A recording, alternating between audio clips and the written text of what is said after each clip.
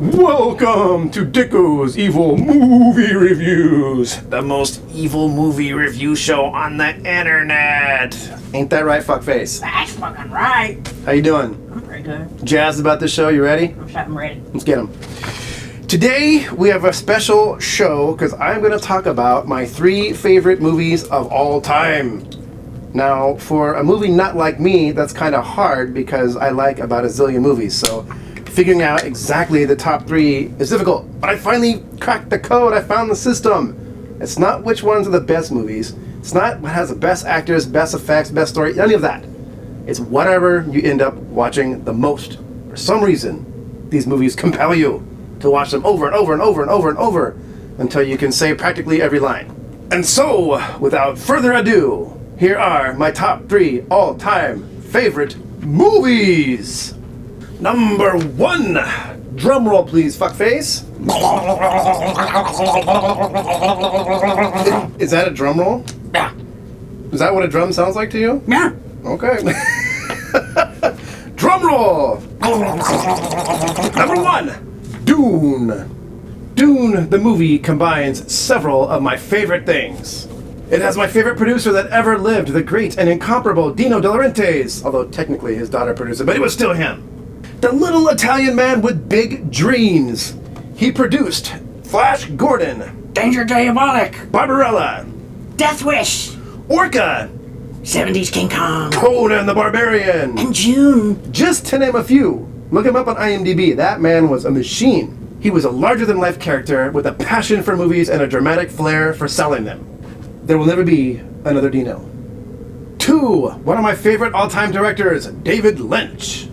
I am penis, and I thought I yes. That's pretty good. You are the penis. You do talk like that. I do. A young David Lynch who clearly bit off more than he could chew, but nonetheless turned in one hell of a take on a book that is very difficult to film. I think it's because he was the only director weird enough to capture the far-out nature of the material. The movie's a mess, no doubt, but a fascinating one because of him.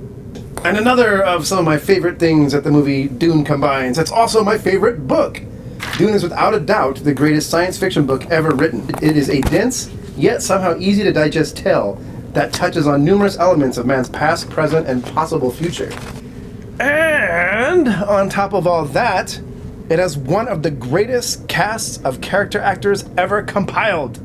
Max von Sydow, Jürgen Prochnow, I think I'm saying his name, something like that, the guy from Das Boot, Freddie Jones, Patrick Stewart, Brad Dourif, Sean Young, Jose Ferrer, Jack Nance, and fucking Sting!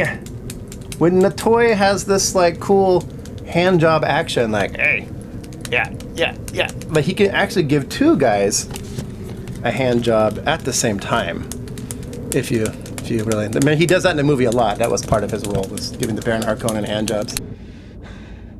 And number 5, probably the most important thing I like about the movie. It's insane. It's totally kooky. It's hilarious. It's amazing. It's beautiful. It's comical. It's exciting. It's thrilling. It's weird. It's gross. It's a million different things that all add up to a movie unlike any other. It is Dune, and it will never happen again. Oh, and the soundtrack by Toto. the great Toto. Great Toto. I am so in love with Dune, I used to get super high and read the book while watching the movie. That's how deep I got. Wow, I kind of look like a sandworm, don't you think? Yeah, you do, buddy. You kind of do. All right, that's it for Dune. Second favorite movie. Drum roll, please. Number 2 used to be The Empire Strikes Back until the fucking internet ruined Star Wars for me. Thanks, internet, for showing me Star Wars 100,000 times a fucking day. Talk about saturation. Jesus Christ, don't you fucktards ever get tired of the same shit? I swear to God, it's impossible to go one day on the interwebs without seeing some fucking Star Wars thing. Chewie.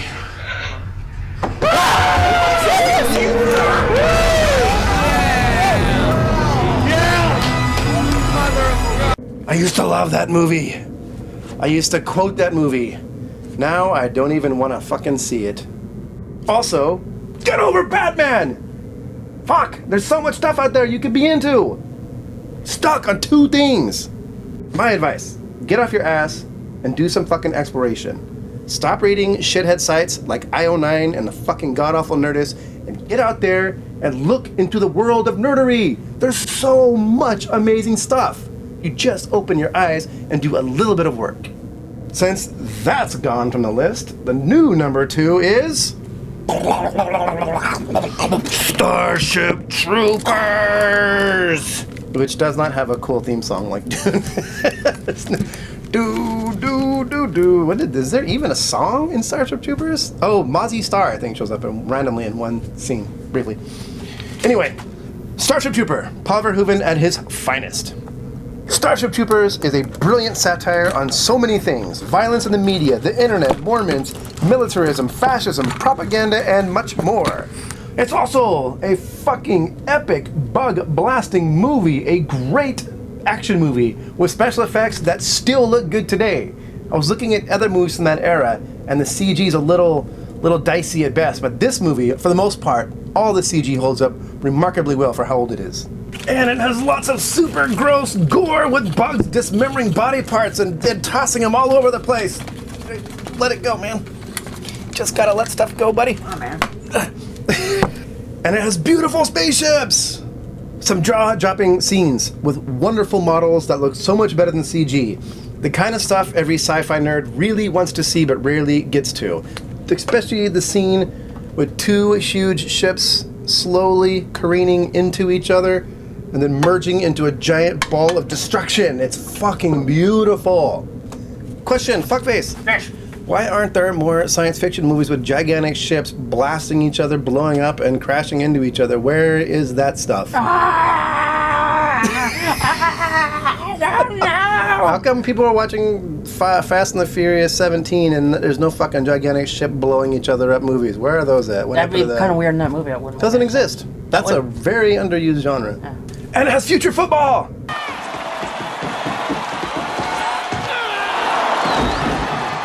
Some people may laugh at that future football scene, but I enjoy it. Seriously, this movie is a fucking kick in the pants to watch, and I never seem to get tired of it. One of the rare movies that is actually better than the book.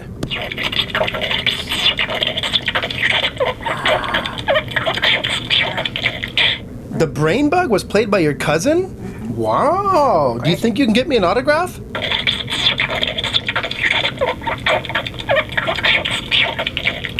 Oh, that sounds sad. Sorry.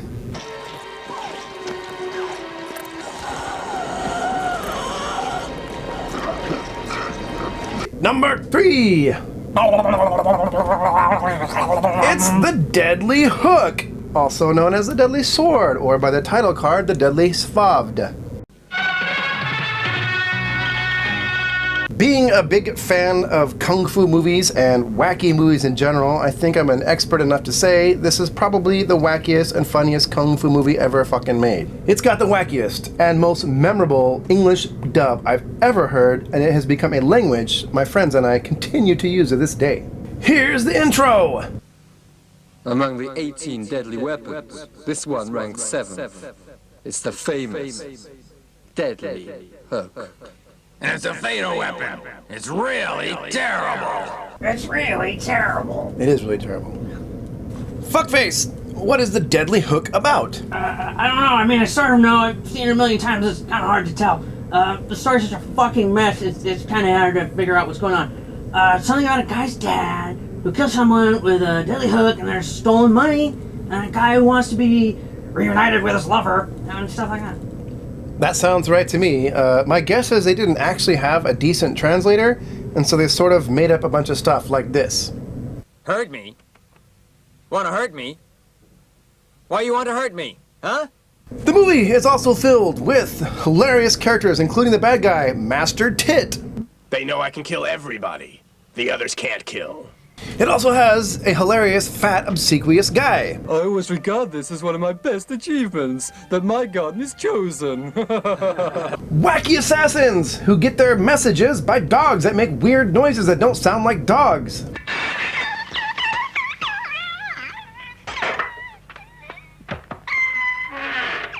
Insanely hilarious, sped-up kung fu fights with mind-boggling intros.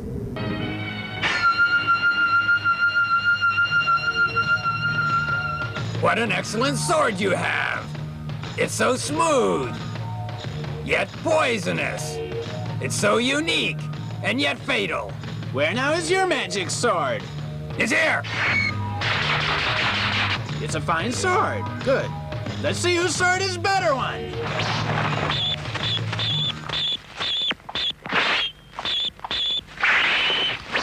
And as people saying stuff, to this day, we still don't know what the fuck they said. I heard that Dirty Wild got a fighter called Wild Dogs. I heard Dirty Wild can fight a wild dog. So I heard 30 Wild can fight a wild duck. You think that's what it was? I think that's what I don't. I heard It's 30, really- 30 Wilds might fight wild ducks? Yeah. No, never know. We may never know. And when you finally find out what the deadly hook is, it is fucking hilarious. Just when the sword was going to be made, the maker became crazy. And finally he had made a strange-looking sword. It is not a board. It's not a sword. The front part has a little curve, but it's not a hook either. Deadly hook? That's the deadly hook. It's like the dumbest fucking sword ever. It looks so stupid. It's fucking ridiculous. It's like a sword with a little like- twisty bob on it. It's And then it's got a like, fucking why is joke. it? Yeah, it doesn't make any sense. Well, in their defense, the sword maker did become crazy while he's making the sword. So, anyway, if you watch it enough, you'll become what I like to call a deadly hooker, and it will eventually work its way into your vernacular. And so when someone asks you for a favor, you'll say, Just tell me what to do. I'll try my best to do it. when your friend is talking about someone interesting you want to meet, you'll say, If I have time, I'd like to meet that harsh guy. when you're looking for something and you finally find it, your friend will say, You must be the famous Sharp Eyes. and when something sucks, someone will inevitably say, It's really terrible. aside from the wacky dubbing, which wouldn't be enough to make me watch it 1,000 times and show 1,000 people, there's a real movie there. There's kind of a kind of complicated plot, actually. It's hokey as shit, but the bad guy is good, and the good guy is, well, goofy as fuck. But the more you watch the movie, the more you realize it's kind of good in its own way. And the ending is both completely surreal, but somehow it makes sense and ties back into the beginning.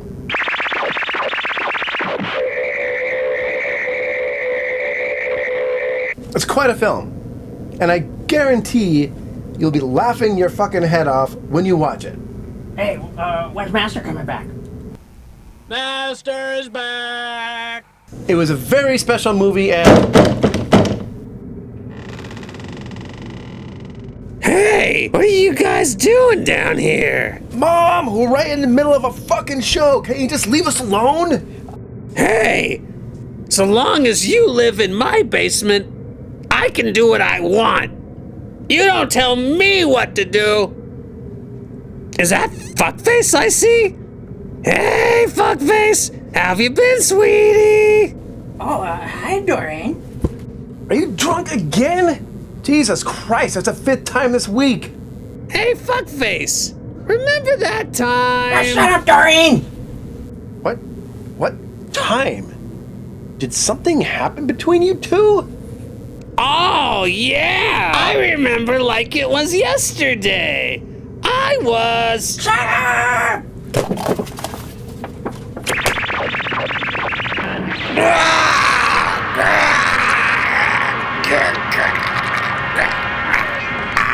Mom! Oh shit! Mom! Mom! Is it true? Did you and Fuckface do it? Yes! Son, I never wanted to hurt you. But one day I was drunk and I stumbled and accidentally sat on him.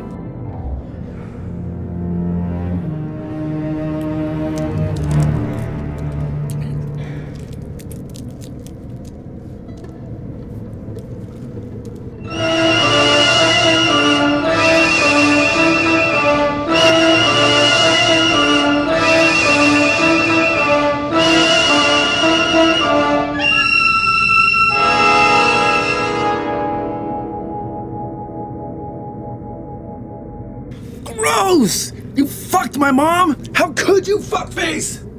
It was an accident. She sat on me.